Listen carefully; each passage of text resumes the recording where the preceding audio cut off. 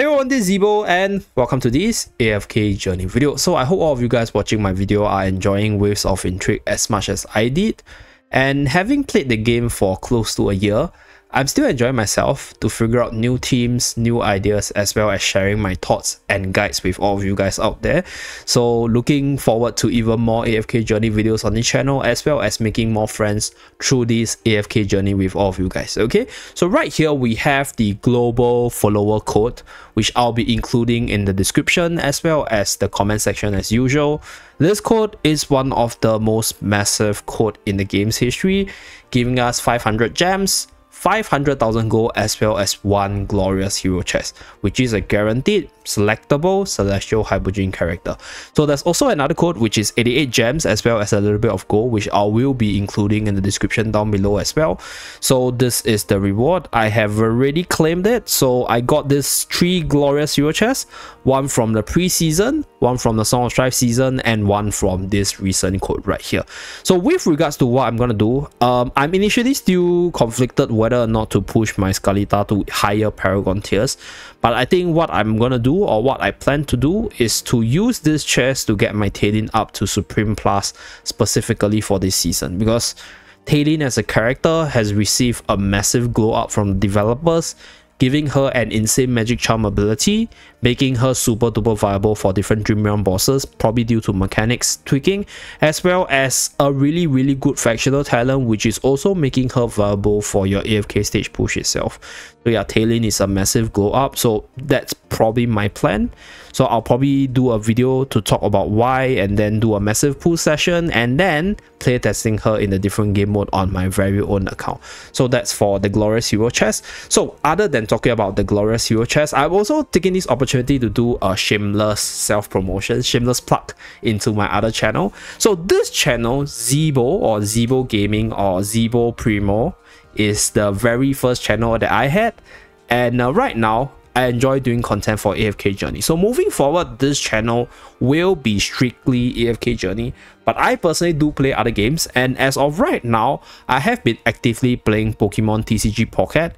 So this game, Pokemon TCG Pocket, will be released on the 30th of October for the global side, and is already in early access. So I have been covering the game for a little bit on my side channel, Zebo Zoi, or the second Zebo, Zebo the second. So for those of you guys who want to follow me on my journey to play through Pokemon TCG on the Pocket version, and if you want to know more about the game itself, you guys can actually subscribe to their channel and stay tuned for more Pokemon TCG Pocket videos on the channel itself. Okay, so back to the topic. This channel will be 100% AFK journey, will be probably moving forward, I'll say, like, as long as this game is alive. And right, with regards to the seasonal thing itself, I think for this season, one thing that the developers or the game has done really well is giving us some hype for what is to come. So for those of you guys who have been with me or have been here since the Song of Strife time, we didn't get all these overviews, we didn't get the early access to contents, and there wasn't much for us to stay excited for. There wasn't much for us to stay hyped for. And even as content creators, I wasn't like expecting, you know, I didn't know what to expect with regards to content wise, because I just didn't know what came, right, or what is going to come. So this overview here gives us a very good breakdown of what is to come. And for 1.21, we are pretty much done with everything mentioned here. So Peaks of Time is the Song of Strife revisit. We have Plague Creeper right now, which is gonna die on my district. We have Harbor's Gift, which is the invite letter. We have Heroes Drill, Crystal Clash, as well as From the Shadows ongoing, which is gonna end in a few days time. And then we have the new heroes, Nara, Sinbad, and Dahlia, together with the Velvet Store. So this pretty much covers the 1 month period. So what I predict to be will be, moving forward, they will give us a 1.23 as well as 1.24, maybe in the 3rd and 4th month of the season, to let us have a glimpse at what is to come moving forward. At the same time, for 1.22, so 4 months is a long period, by the way, and for most of us, we are pretty much done with the story, and we are just actively pushing AFK stages, grinding for our daily stuff, playing Arena, Dream Realm, Plate Lock, as well as all our daily requirements. So with regards to the contents moving forward, what I most look forward to is actually the guild rivalry as well as the new PvE event.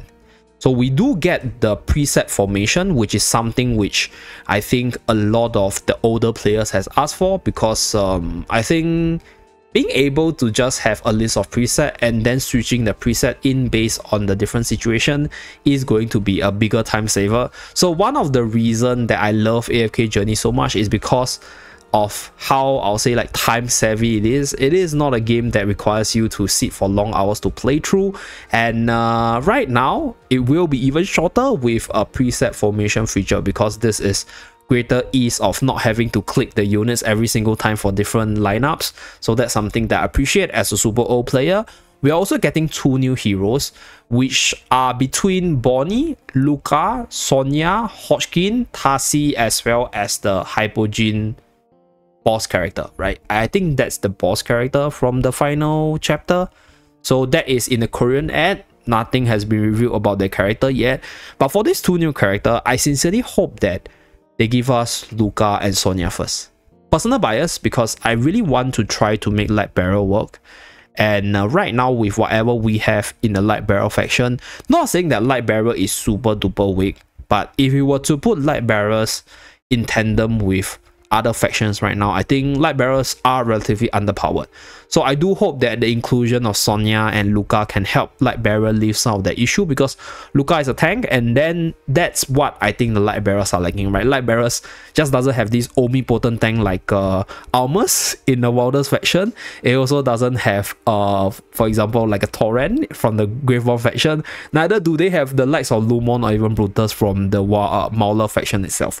So I hope Luca is that tank, and obviously Sonya is good to combo with Sinbad, or maybe with existing Light Barrels to make Light Barrel great once again. So that's something to look forward to for the 2 new heroes.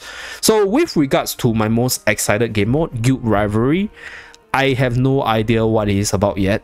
So here there's no updates at the moment, there's no early access, there's no preview yet. But with regards to this game mode, it is definitely something to do with Guild Wars, because Guild War is something that I think a lot of players have requested for, especially the older ones. And I as an old player would really see Guild War, but I'm not sure how they can implement it to make Guild Wars, I'll say, like enjoyable, while still sticking to the theme of the AFK Journey gameplay style. Because I think Guild War is the most fun when many people can come online together and fight against another guild in a live kind of setting.